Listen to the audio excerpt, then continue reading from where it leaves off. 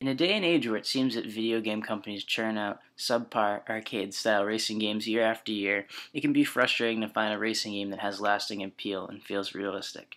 There have always been options such as Gran Turismo and Forza that offer some degree of simulation racing, but lack a certain feeling of realism. This is where iRacing comes in. iRacing is more of a racing simulator than it is a true video game. Each of the drivable cars feels distinctive and different. All of the cars are designed to feel as similar as possible to their real-life counterparts. You can race with a large number of real-life race cars, which range from Legends cars to NASCAR and Formula One, with plenty of other choices in between. At first, iRacing seems completely daunting, especially if you do not have extensive experience in sim racing. The cars take a while to get the feel for, and each track takes a great deal of patience and practice to master. This is not a game that you can just boot up and expect to dominate. If you are able to tolerate the steep learning curve, you're going to have a good experience with iRacing. The tracks in iRacing, which are actually real tracks from all around the world, are laser scanned for accuracy. The tracks are so accurate that actual race car drivers have used iRacing to improve their familiarity with tracks they have not yet raced in. It's that damn good.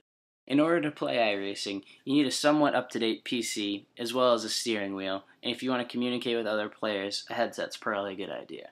One of the nice features of iRacing is that you can make it as graphically intensive as you want it to be, and this allows for older computers to be able to run the game. You also need a connection to the internet constantly, because iRacing is run straight through the browser of your computer. As far as controls go, you can use gamepads from the computer to steer, but from what I've heard, gamepads really do not work well. It's best to use a wheel. The community at iRacing is in general pretty good.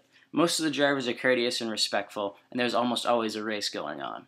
Sometimes you get paired with inexperienced drivers who crash and block and cut you off, which can be frustrating, and wrecks are sometimes unavoidable, and every time you crash it's going to be very frustrating. For the most part in the higher series, wrecks are less frequent and good driving is the norm. As far as the pros of iRacing go, accuracy and realism have to be number 1 and 2. The game plays great, all the cars control just like their real-life counterparts, and the tracks are laser scanned and very realistic down to the minor details. iRacing's licensing system gives drivers the incentive to race clean in order to be able to use the better cars in the game.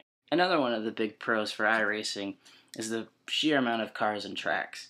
The cars go all the way from Legend cars to NASCAR, Formula One, Indy, with Craftsman truck and modified cars in between. There's a ton of things to race. The frequency of races is also very good. There's almost always a race going on. You can hop in and join a race right away. The sheer feeling of accomplishment you get when you do good in a race is one of the best parts about iRacing as well. It takes hard work and patience and a ton of practice, so when you finally get out there and win your first race, it feels awesome. iRacing also boasts a very robust league system where drivers can join their own leagues. It's as simple as that. They have custom schedules and you can change everything about them, including the point system. In iRacing, you can also make your own custom paint jobs. As you could see earlier in the video, I made a Nintendo one. It's pretty neat. As far as cons for iRacing go, the main one is that it's just expensive.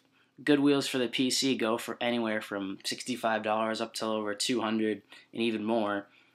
As well as iRacing is subscription based, which means that you do have to pay monthly in order to play it. And on top of that, extra content from the base pack that they give you when you purchase a subscription also costs money. It's $12 for each individual track and car.